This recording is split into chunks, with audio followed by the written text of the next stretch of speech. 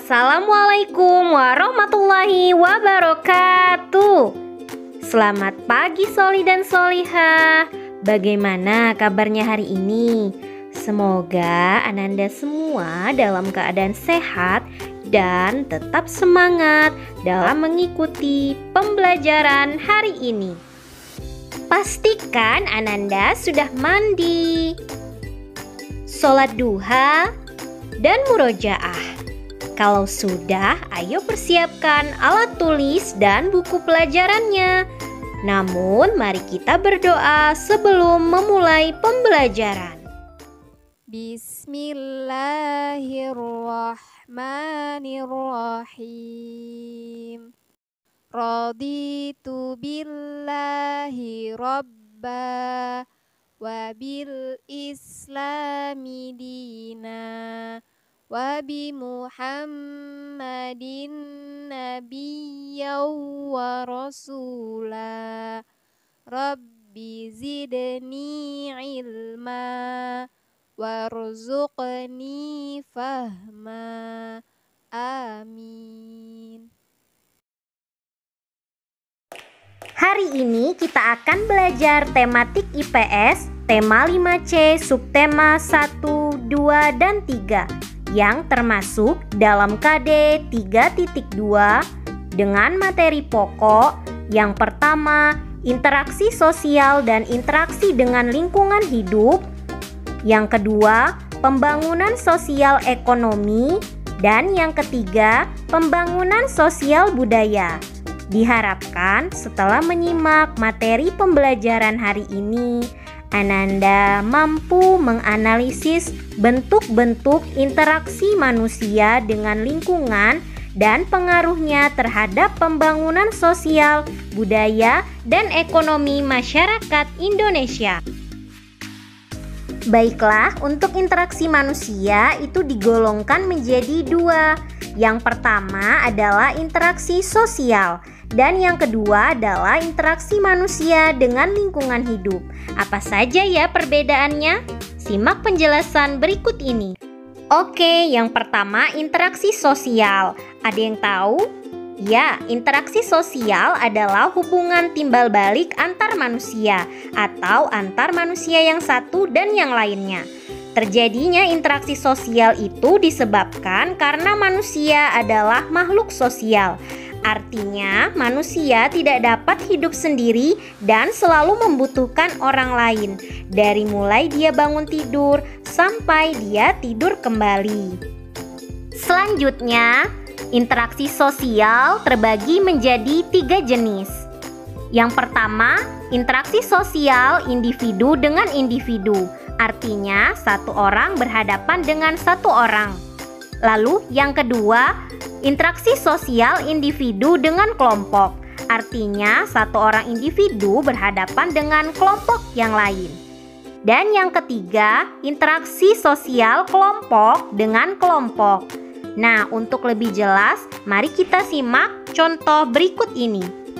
Yang pertama, interaksi sosial individu dengan individu, atau satu orang dengan satu orang yang lainnya. Contohnya terjadi pada saat kita sedang bertegur sapa dengan teman. Ada 2 orang yang saling berbicara atau saling menyapa. Yang kedua adalah berjabat tangan. Dalam interaksi berjabat tangan dibutuhkan 2 orang, satu orang dan satu orang yang lainnya. Selanjutnya, ada seorang dokter yang sedang memeriksa pasiennya. Kemudian ada seorang ibu yang sedang menyuapi anaknya.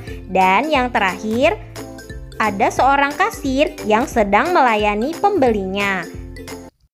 Yang kedua, interaksi sosial individu dengan kelompok. Artinya, satu orang berhadapan dengan banyak orang. Contoh yang pertama adalah guru yang menjelaskan materi pada seluruh muridnya di depan kelas. Lalu, contoh yang kedua adalah tokoh masyarakat yang berpidato di depan khalayak umum. Selanjutnya, contoh yang ketiga, seorang ustadz yang sedang berceramah di depan jamaahnya. Dan yang terakhir, contoh yang keempat, ada pembina upacara yang sedang menyampaikan amanat kepada peserta upacara. Yang ketiga, interaksi sosial kelompok dengan kelompok. Artinya, banyak orang berhadapan dengan banyak orang. Contohnya, yang pertama, ada 2 tim yang sedang bertanding sepak bola. Kemudian, contoh yang kedua, diskusi antar kelompok. Pada gambar bisa kita lihat ada kelompok TNI yang sedang berdiskusi dengan kelompok mahasiswa. Dan yang ketiga adalah pertunjukan kelompok marching band di depan para penonton. Selanjutnya, ternyata interaksi sosial juga bisa terjadi di pasar. Perhatikan pada gambar, tampak bahwa adanya interaksi sosial yang terjadi. Yang pertama ada interaksi antara pembeli dan penjual. Yang kedua interaksi penjual dengan pemasok barang produksi. Dan yang ketiga interaksi penjual dengan penjual. Sampai sini apakah Ananda sudah paham? Di dalam interaksi sosial kita harus selalu mengedepankan sikap tenggang rasa dan toleransi. Tenggang rasa adalah ucapan, sikap, dan perbuatan untuk menjaga perasaan orang lain karena adanya perbedaan dengan diri kita. Sedangkan toleransi adalah ucapan, sikap, dan perbuatan kita dalam menghargai perbedaan dengan orang lain. Nah, manfaatnya antara lain yang pertama, kerukunan akan terjaga. Yang kedua, aktivitas berjalan lancar. Yang ketiga, persatuan dan kesatuan akan meningkat. Yang keempat, kehidupan akan terasa menyenangkan dan damai. Sampai sini sudah paham kan, Nak? Selanjutnya yang kedua, interaksi dengan lingkungan hidup. Interaksi dengan lingkungan hidup merupakan interaksi manusia dengan lingkungan alam yang terbentuk secara alamiah. Interaksi manusia dengan lingkungan hidup atau alam, contohnya yang pertama, petani teh yang sedang panen atau petani yang sedang mengolah lahan pertaniannya. Yang kedua, nelayan yang mencari ikan di laut. Nelayan tersebut berhubungan dengan alam untuk memperoleh hasil dari laut. Yang ketiga, penambang pasir mengambil pasir di aliran sungai. Dia juga berusaha untuk mendapatkan sumber daya alam berupa pasir yang hanya didapat dari lingkungan sekitarnya. Yang keempat, masyarakat mengambil kayu hasil hutan yang kemudian dimanfaatkan sebagai kayu bakar, perabotan, dan lain-lain. Bagaimana? Sampai di sini Ananda sudah paham kan? Selanjutnya, apa itu pembangunan sosial? Ya, pembangunan sosial adalah proses perubahan sosial yang terencana dan didesain untuk meningkatkan taraf kesejahteraan penduduk secara adil dan makmur. Cita-cita meningkatkan kesejahteraan penduduk secara adil dan makmur itu tertuang dalam dasar negara, yaitu Pancasila Sila kelima, keadilan sosial bagi seluruh rakyat Indonesia. Nah, pembangunan sosial itu sendiri menggabungkan aspek sosial dan ekonomi atau budaya untuk meningkatkan taraf hidup sosial. Tujuan pembangunan sosial untuk meningkatkan taraf hidup atau kesejahteraan sosial. Kesejahteraan sosial yang dimaksud tidak hanya secara material, tetapi juga secara spiritual yang berguna untuk pengembangan diri masyarakat Indonesia. Selanjutnya, di lingkungan sekitar kita terdapat beberapa contoh aktivitas atau kegiatan masyarakat yang dilakukan dalam upaya pembangunan sosial. Contohnya adalah yang pertama, penyuluhan kesehatan. Kegiatan ini dilakukan untuk meningkatkan pengetahuan tentang kesehatan dan cara menjaga kesehatan pada masyarakat. Yang kedua, penyuluhan pertanian. Kegiatan ini dilakukan sebagai upaya meningkatkan pengetahuan dan cara meningkatkan hasil pertanian kepada para petani. Yang ketiga, kegiatan koperasi. Kegiatan koperasi ini bertujuan untuk memakmurkan dan mensejahterakan anggota-anggotanya. Yang keempat, kegiatan jual beli di pasar. Kegiatan jual beli di pasar ini dalam rangka untuk memenuhi kebutuhan hidup masyarakat. Kita bisa memandang pembangunan sosial melalui aspek ekonomi dan juga aspek budaya. Pembangunan melalui kegiatan sosial ekonomi maksudnya adalah pembangunan sosial yang terencana dan didesain untuk meningkatkan taraf kesejahteraan penduduk dalam bidang ekonomi. Lalu pembangunan sosial budaya maksudnya adalah pembangunan sosial yang terencana dan didesain untuk meningkatkan taraf kesejahteraan penduduk dalam bidang budaya, baik bagi dirinya sendiri maupun untuk masyarakat luas. Selanjutnya, kita akan membahas contoh pembangunan sosial ekonomi di lingkungan sekitar kita. Beberapa contoh kegiatan pembangunan sosial ekonomi. Yang pertama, kelompok tani atau perkumpulan petani pemakai air P3A. Nah, beberapa orang petani menghimpun diri membentuk satu kelompok karena adanya kesamaan motif dan tujuan, yaitu meningkatkan pemenuhan kebutuhan hidup melalui kegiatan pertanian.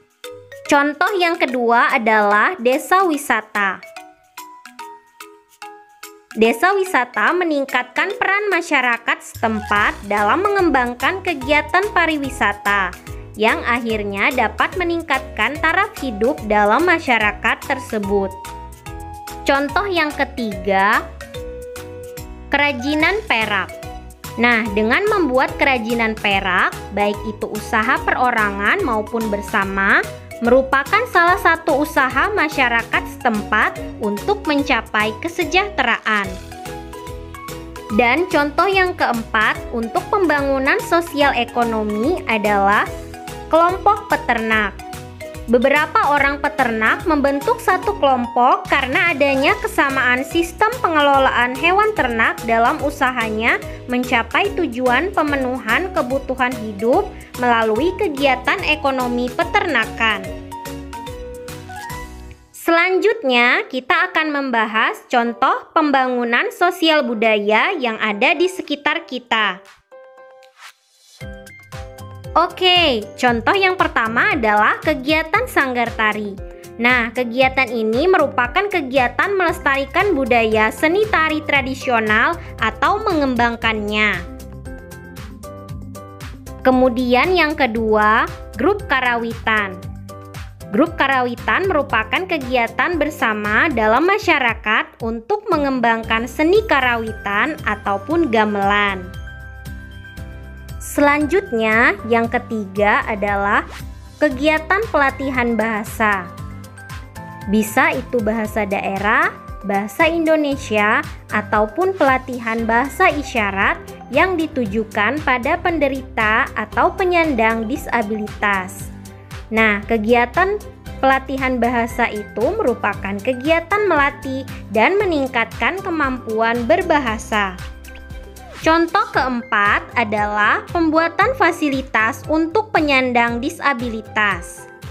Merupakan upaya untuk mensejahterakan penyandang disabilitas dengan jalan membuat aktivitas para penyandang disabilitas dapat berjalan dengan lancar.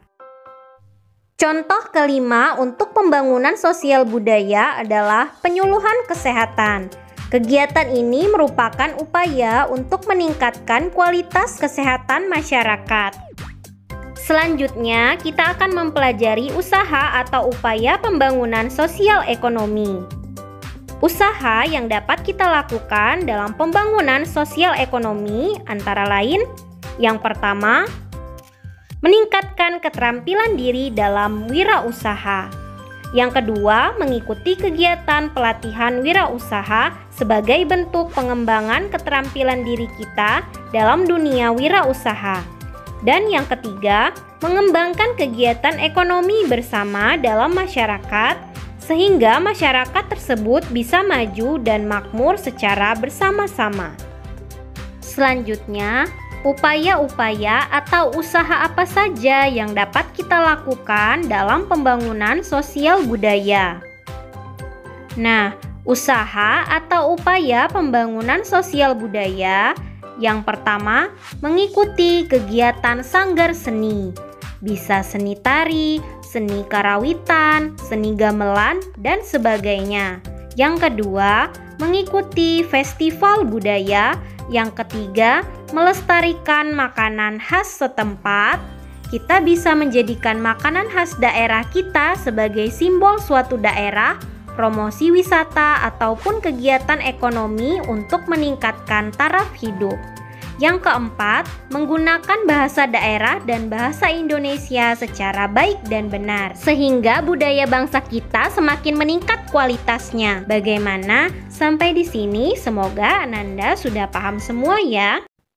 Berdasarkan materi hari ini dapat disimpulkan bahwa yang pertama, interaksi sosial adalah hubungan-hubungan sosial yang menyangkut antar individu, antar kelompok, atau antara individu dan kelompok untuk memenuhi kebutuhan hidupnya. Yang kedua, interaksi individu dengan individu, contohnya berjabat tangan, individu dengan kelompok, berpidato di depan khalayak umum, kelompok dengan kelompok, diskusi antar kelompok, interaksi di pasar, interaksi antara pembeli dan penjual.